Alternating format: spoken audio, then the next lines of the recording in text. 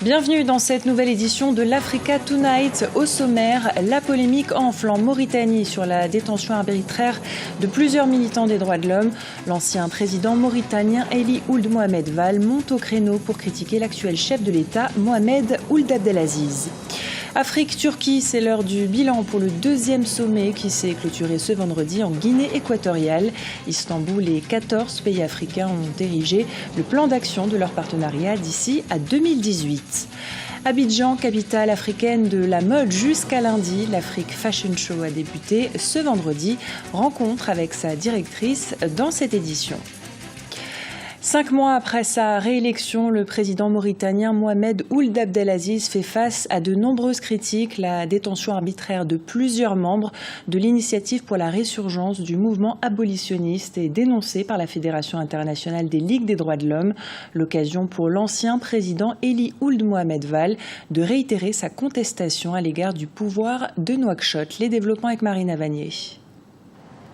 Après l'arrestation d'un opposant politique en Mauritanie, plusieurs voix s'élèvent pour dénoncer les agissements du pouvoir en place. L'ancien candidat à la présidentielle, Biram Ould Abeid, est accusé d'avoir porté atteinte à l'unité et la cohésion nationale. Le leader de l'initiative pour la résurgence du mouvement anti-esclavagiste, IRA, et 4 de ses militants ont été interpellés mardi par les forces de sécurité publique alors qu'ils menaient une campagne dans un village de la région de Rosso, au sud du pays. Pour l'ancien président Elie Ould Mohamed Vall, cette situation est la conséquence de la politique pratiquée par le gouvernement actuel qui ne respecte pas les droits humains. Nous sommes dans un pays qui est pris en otage par un putschiste ou même, je dis bien, l'auteur d'une rébellion individuelle qui en fait ce qu'il veut et qui fait ce qu'il veut et qui n'a absolument aucune référence ni au droit, ni à la légalité, ni à quoi que ce soit. On peut arrêter qui on veut, on peut régler les comptes à qui on veut, et on peut jeter en prison qui on veut, et on peut se comporter de n'importe quelle manière. Arrivé au pouvoir en 2005 par un coup de force militaire, Mohamed Vall a ensuite conduit pendant 2 ans le processus de transition. Il dénonce un État non légitime en Mauritanie. Le président actuel Mohamed Ould Abdelaziz s'étant autoproclamé chef de l'État selon lui. Vous dire qu'il n'y a jamais eu de mandat pour ce monsieur-là. Qui lui a donné un mandat? Et je dis bien, il s'est rebellé contre un président dont il était le chargé de la sécurité, un président légalement élu. Il s'est légalisé tout seul. Et dans la dernière élection, permettez-moi de vous dire et de rappeler à tout le monde que l'élection a été totalement boycottée par toute l'opposition démocratique mauritanienne, qu'il s'est présenté tout seul, à sa propre succession. Selon plusieurs observateurs, le pouvoir en place et l'opposition politique sont obligés de dialoguer pour renouveler le consensus démocratique. Un climat politique apaisé est nécessaire pour sortir le pays de la crise qu'il vit depuis 2008. 6 ans après un premier sommet organisé à Istanbul, la Turquie et l'Afrique ont tenu leur deuxième sommet du 19 au 21 novembre en Guinée équatoriale. Istanbul et 14 pays présents à Malabo ont érigé le plan d'action de leur partenariat d'ici à 2018. La feuille de route met l'accent à la fois sur l'agriculture, l'éducation, la santé, le commerce et aussi la sécurité. Reportage de notre correspondant en Guinée équatoriale, Asuncion Chama Eyene, sur un commentaire de Graziella Chakunte. La paix, la sécurité et le règlement des conflits constituent les principaux défis auxquels le continent africain doit faire face. C'est dans ce contexte que se sont exprimés les dirigeants africains lors de la cérémonie de clôture du deuxième sommet Afrique-Turquie ce vendredi à Malabo, afin d'établir un nouveau modèle de partenariat pour le renforcement du développement durable et de l'intégration africaine. L'Afrique et la Turquie, en tant que victimes de ces phénomènes, doivent faire partie intégrante de la lutte contre le terrorisme, la traite des êtres humains et le crime organisé, qui va contrairement de la liberté et le bien-être des personnes. Nous allons passer à partir de déclarations de volonté aux actions concrètes.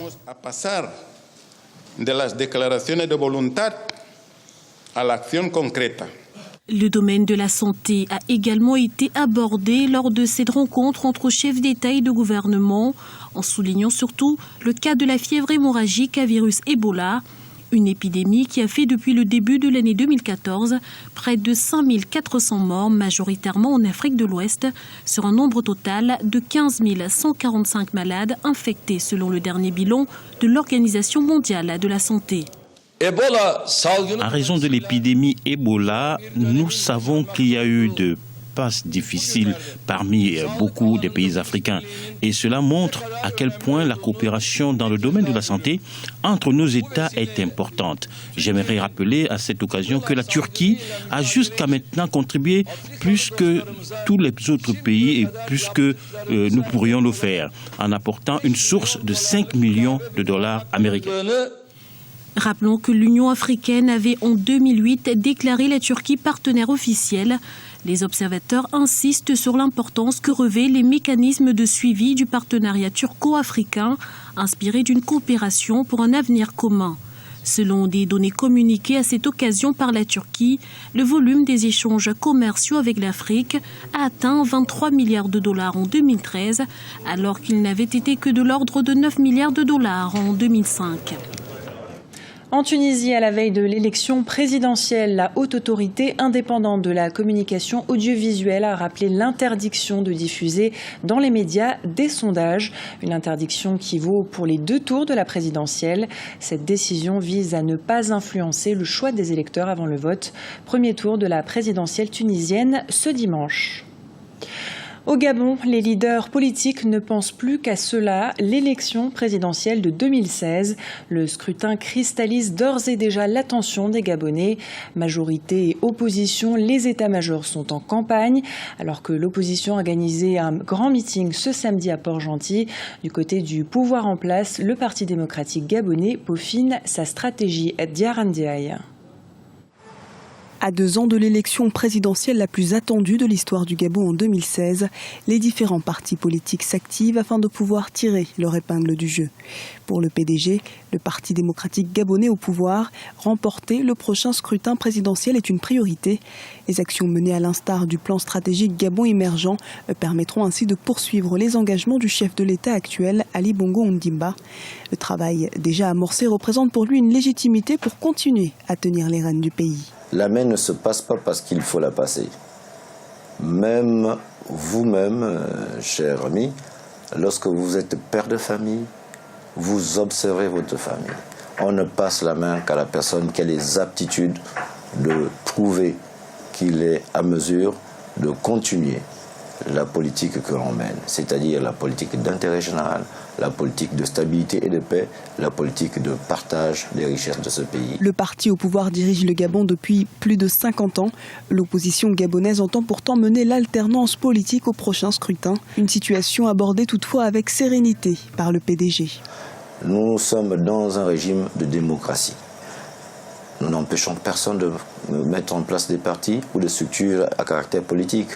Il est bien évidemment que le débat ne doit pas se mettre au niveau du verbe. Le débat doit se mettre au niveau des idées. Au jour d'aujourd'hui, si un parti ou une personnalité du Gabon avait des idées qui pourraient convaincre le peuple gabonais, mais il n'y a pas de raison que cette personnalité ne puisse assurer une parcelle de pouvoir. Au Gabon, l'élection présidentielle de 2016 s'annonce à grands pas. Le président Ali Bongo Ondimba resserre les rangs de sa majorité et a lancé un appel au rassemblement. Parallèlement, l'opposition, elle, tente de se consolider mais reste fragmentée par plusieurs visages, malgré l'éventuelle candidature unique prônée en son sein. Le président du Front populaire ivoirien, Pascal Afine-Guessant, demande le retrait de la candidature de Laurent Gbagbo à la tête du parti. Le FPI doit tenir son congrès le 11 décembre prochain. Pascal Afine-Guessant est lui-même candidat à sa propre succession. Dans un courrier adressé au président du comité de contrôle du parti, il demande le retrait de la candidature de celui qui a fondé le parti, en l'occurrence l'ancien président ivoirien Laurent Gbagbo, dont le procès à la Cour pénale internationale devrait s'ouvrir le 7 juillet 2015. Dans un tout autre registre, Abidjan, en Côte d'Ivoire, accueille depuis ce vendredi l'Afrique Fashion Show, un festival de mode africaine qui se poursuit jusqu'à lundi. Plus de détails avec cette interview de la directrice du festival, Isabelle Hanot, un entretien réalisé par notre envoyé spécial à Abidjan, Hortense Assaga. Nous sommes ici à Abidjan, en Côte d'Ivoire, où se déroule la 9e édition d'Afrique Fashion Show, le festival initié par mon invitée Isabelle Hanno. Isabelle, merci de nous accueillir ici. Merci en tout cas d'avoir fait le déplacement en Côte d'Ivoire. Alors, pouvez-vous nous présenter l'Afrique Fashion Show ? Alors, en 2 mots, Afrique Fashion Show, c'est donc le rendez-vous international de la mode africaine. C'est pouvoir avoir sur un même podium des stylistes aussi bien nationaux que de la sous-région, en tout cas que de l'Afrique. Et depuis 9 ans, on essaie en tout cas d'organiser cet événement-là. La Côte d'Ivoire, on le sait, est une plaque tournante pour la mode en Afrique. Est-ce que c'est ça qui vous a donné envie de créer ce festival, cet événement ? En effet, parce que depuis quelque temps, il y a 10 ans en arrière, on avait un peu perdu cette place de plaque tournante, justement.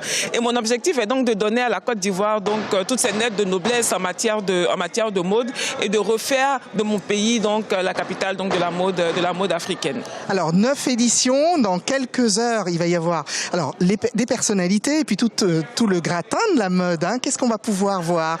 Mais ce soir, on aura du beau et encore du beau, de la créativité africaine, différents styles, différents designs, différentes créations et que du beau, vraiment avec des stylistes comme Alfadi, comme Pateo, comme Kole Soardo, mais vraiment venus de différents pays et il n'y a que la mode qui gagne et l'objectif aussi c'est de dire à tout le monde que la mode contribue au développement économique d'un pays et que la mode permet à un pays de bien se développer à tous les niveaux. Voilà. Quel est le mot d'ordre pour finir de cette édition ? Que la mode ne soit plus le parent pauvre de la culture en Afrique.